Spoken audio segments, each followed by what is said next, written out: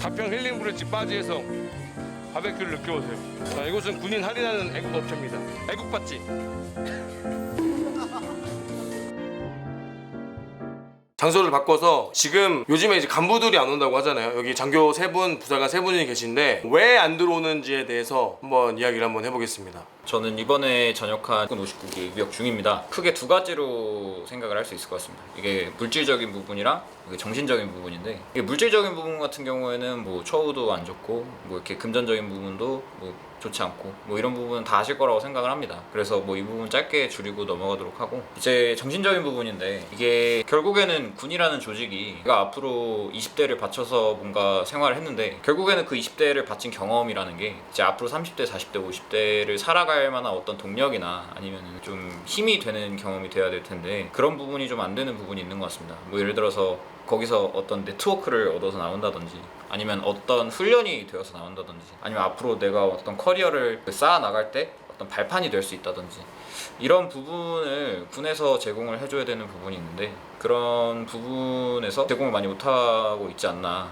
군 경력이라고 했을 때 사회에서 보는 시선도 그렇게 썩 달가운 시선도 아니고, 그렇다고 군에서 했던 경험이 가치 있는 경험이라고 보기도 참 어려운 부분이 있어서, 그런 부분에서 이 두 가지 부분이 모두 구멍이 나 있기 때문에 많은 젊은 사람들이 군 간부를 지원하지 않지 않나라고 생각을 합니다.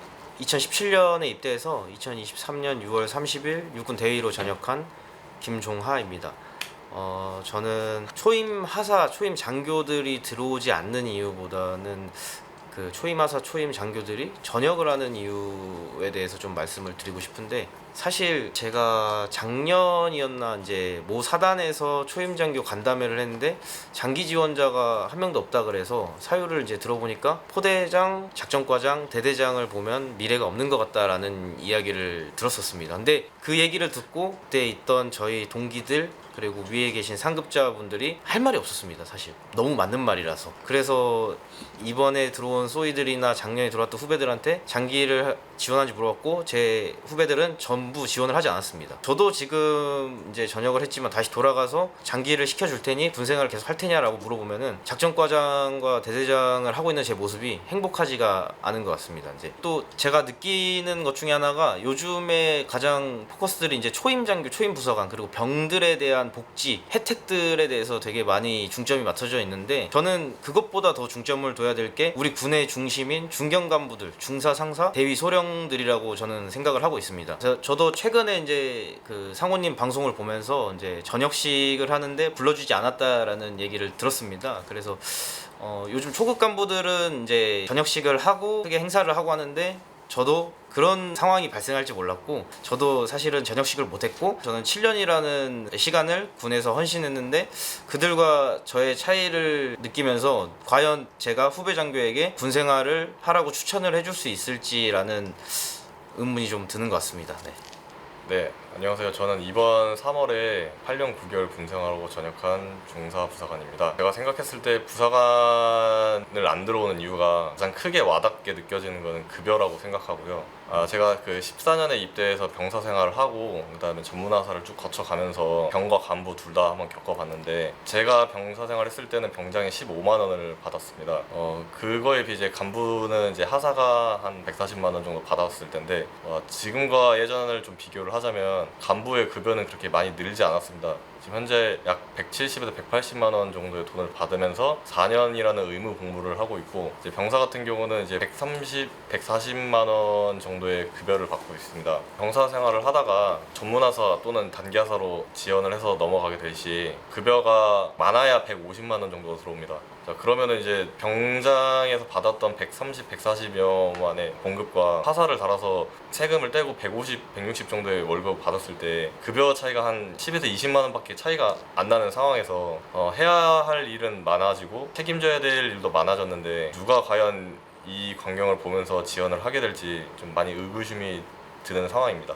저 같은 경우에는 특전사를 가면 정말 적과 싸워서 이길 수 있는 훈련을 할 수 있을 거라고 생각을 했습니다. 근데 실질적으로 특전사를 가서 제가 느꼈던 거는 평과 항목을 싸워서 이겨야 됩니다. 모든 훈련과 모든 교육이 전부 다 평가를 위주로 맞춰져 있습니다. 예를 들면 이제 사격 같은 경우에도 제가 생각한 거는 이제 정말 자유롭게 총기를 정말 내 몸처럼 다루고 자유자재로 이제 정말 기본부터 탄탄히 쌓아서 이제 전투 기술을 만들 수 있는 사격을 바라고 특전사로 이제 전입을 갔는데, 실질적으로 이제 사격을 진행을 하는 것은 90초라는 시간 제한이 있는 전투 사격 방식을 지금 평가 방법으로 채택을 하고 있는데, 그러니까 속된 말로 꼼수를 써서라도 어떻게 하면 90초 안에 들어올 것인가를 인원들이 연구를 하고 있습니다. 어떻게 하면 효율적으로 적을 제압할 수 있는지를 연구를 하고 있는 것이 아니라 어떻게 하면 90초 안에 총알을 한 발 버려가면서까지도 설정되어 있는 기준을 넘길 수 있는가, 이런 편법들만을 연구를 하고 있습니다. 이런 평가 기준에 목이 메어서 어떠한 실질적인 교육 훈련도 이루어질 수 없고 모든 것이 평가 점수로 연결되고 모든 것이 성과 상향금으로 연결되기 때문에 교육 훈련에 열정이 있는 인원들은 이러한 현실에 많이 실망을 해서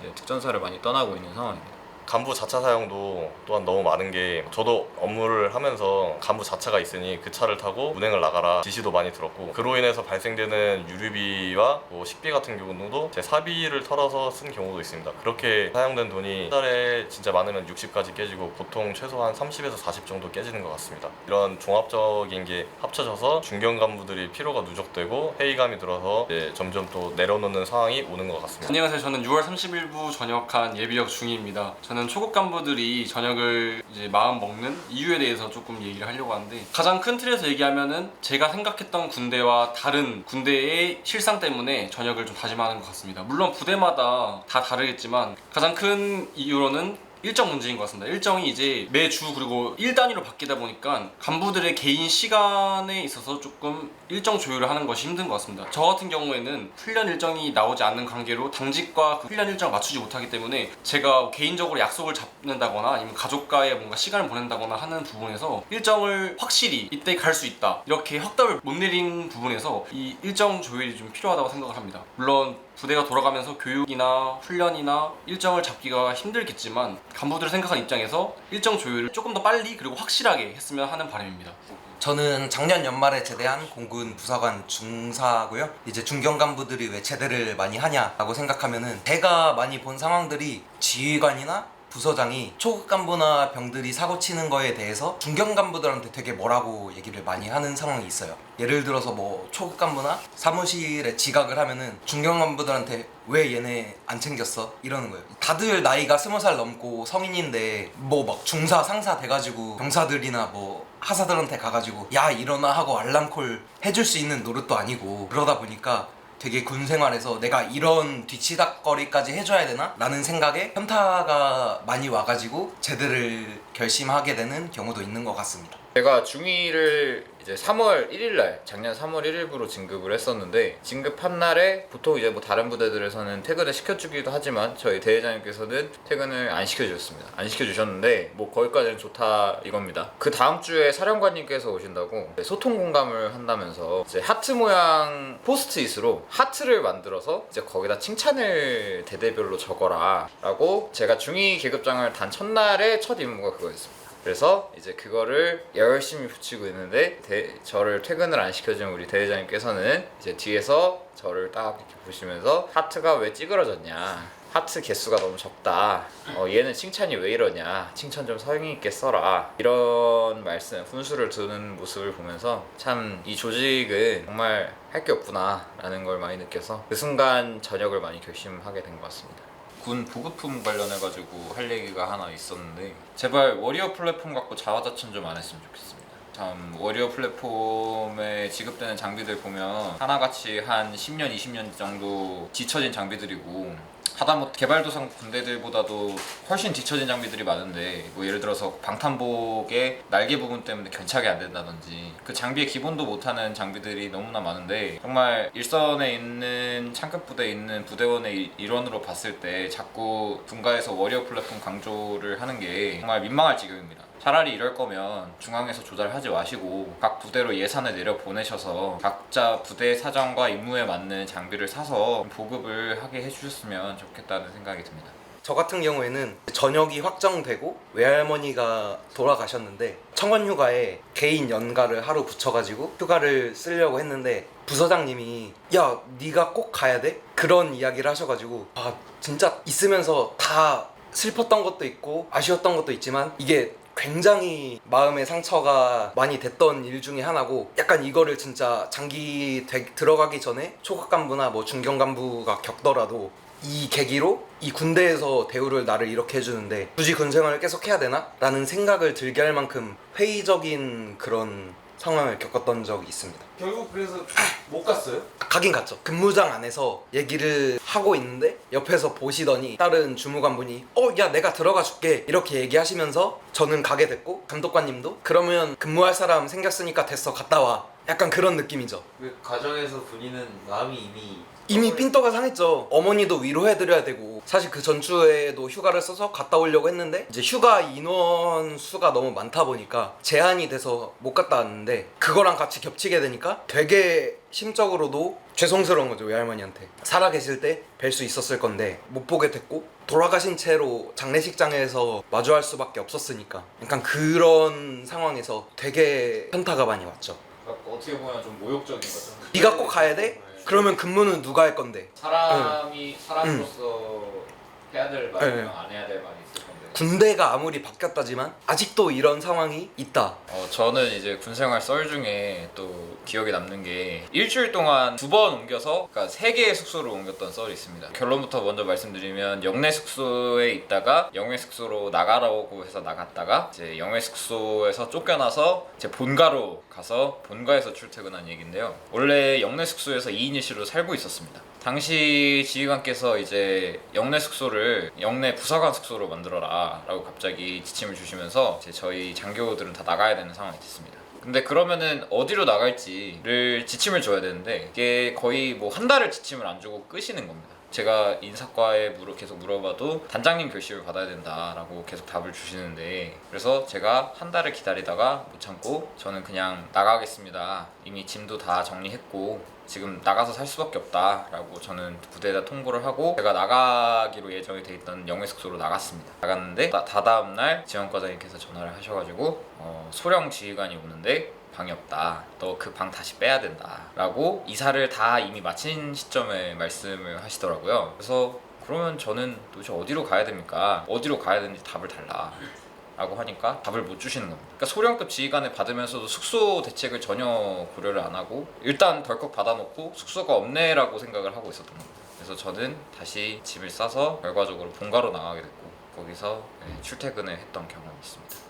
사실 이제 중견 간부들이 이제 고충을 토로하는 부분 중에 하나가 이제 간부 기혼자 숙소에 좀 관련된 내용인데, 많이 이제 숙소도 부족하고 간부들은 들어가야 될 사람이 많다 보니까 이제 대기 순번이 좀 긴 것은 이해를 하고 있습니다. 근데 사실 저는 여단에서 또 근무를 해보면서 숙소가 비어 있는데도 그 숙소를 비워 놓습니다. 왜? 좀 있으면 오는 참모님들을 드려야 되기 때문에 있는 숙소들을 비워놓습니다. 저는 실제로 눈앞에서 봤고, 이제 제가 작년 11월에 이제 혼인신고를 했고, 숙소 때문에 혼인신고를 좀 빨리 했습니다. 결혼은 올해 5월 말에 했는데, 혼인신고를 해서 이제 그때 다 바로 이제 기혼자 숙소 신청을 했고, 거기는 담당자분께서 곧 결혼하시니까 4월 안에는 숙소를 드리겠다라고 저한테 약속을 하셨습니다. 그래서 이제 4월이 됐는데 연락이 한 통이 없길래 이제 일단 좀 기다려 보고 있었는데, 최근에 이제 과장님이 제가 신청한 숙소를 들어갔다라는 얘기를 듣고 전화를 했는데 안 받습니다. 그래서 문의를 드리려고 전화했는데 안 받으니까, 이제 VIP로 전화해도 안 받고 개인 휴대폰을 연락해도 안 받으니까 민원을 넣었습니다. 이제 민원을 넣으니까 해당 이제 조사하는 민원 담당관께서 전화하셔서 하는 말이 본인 신상 정보가 다 공개돼야 되는데 괜찮으시겠냐, 이것부터 물어보는 겁니다. 감찰에서. 그래서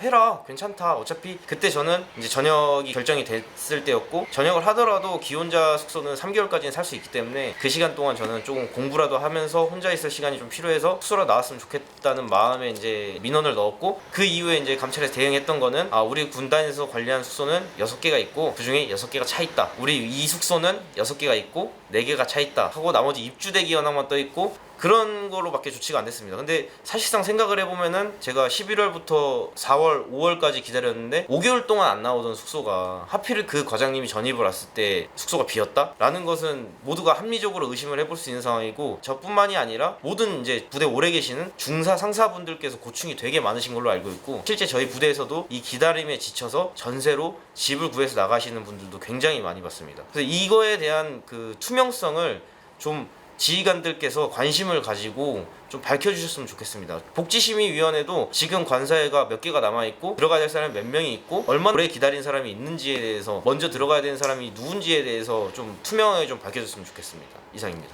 이거는 저희 단에서 좀 시정을 빨리 했으면 좋겠다고 생각을 하는 게 일단 여단이나 뭐 이런 데는 다 해상훈련용 수영장이 있을 겁니다. 거기를 어느 순간 가만히 보니까 간부분들 가족분들이 오셔서 사용을 하시더라고요. 그러니까 오나라 메모 중에 그런 내용이 있었습니다.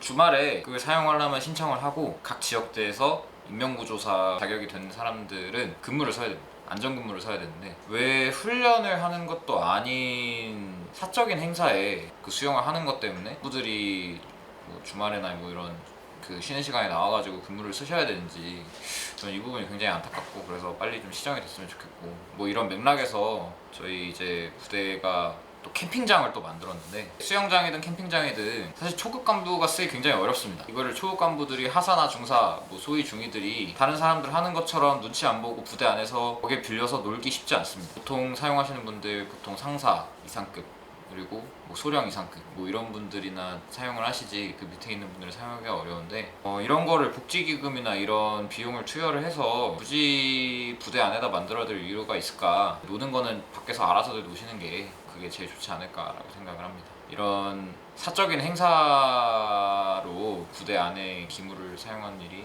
앞으로 없고 그리고 또 이런 일 때문에 부대원이 휴무를 반납하는 일이 없었으면 좋겠습니다.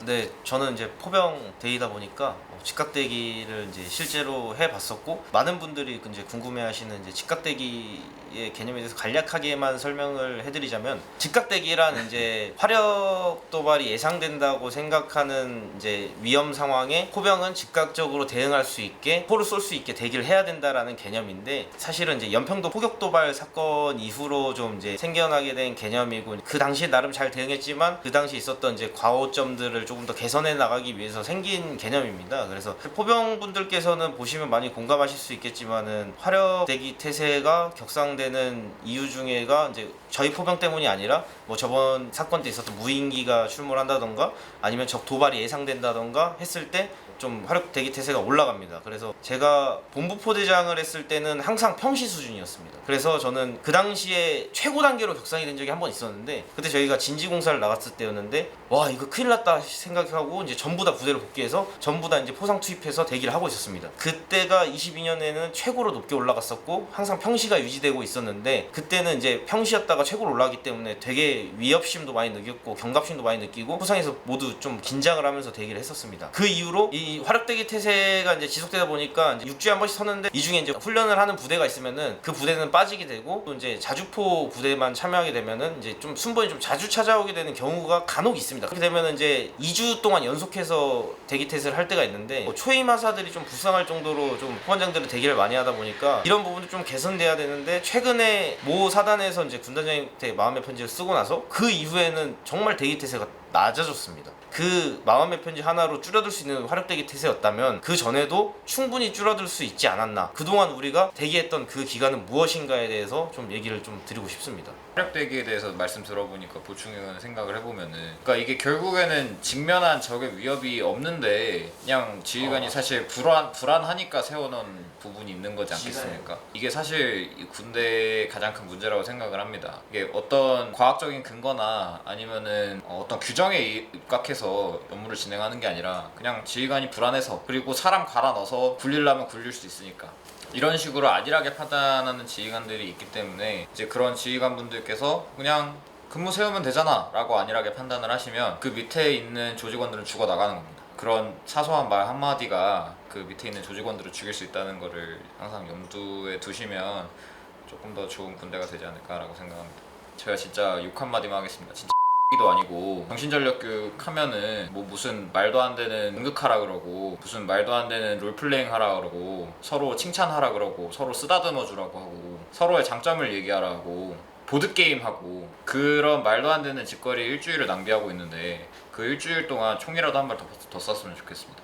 잠깐 따라해 주시면 안 돼요? 김하사, 우리는 이제 중대에 들어올 때 신발을 털고 들어오도록 하자. 아, 네, 부중대장님 너무 좋습니다. 규칙을 만들면 정말 우리 중대가 행복하고 멋있는 군부대가 될 수 있을 거야.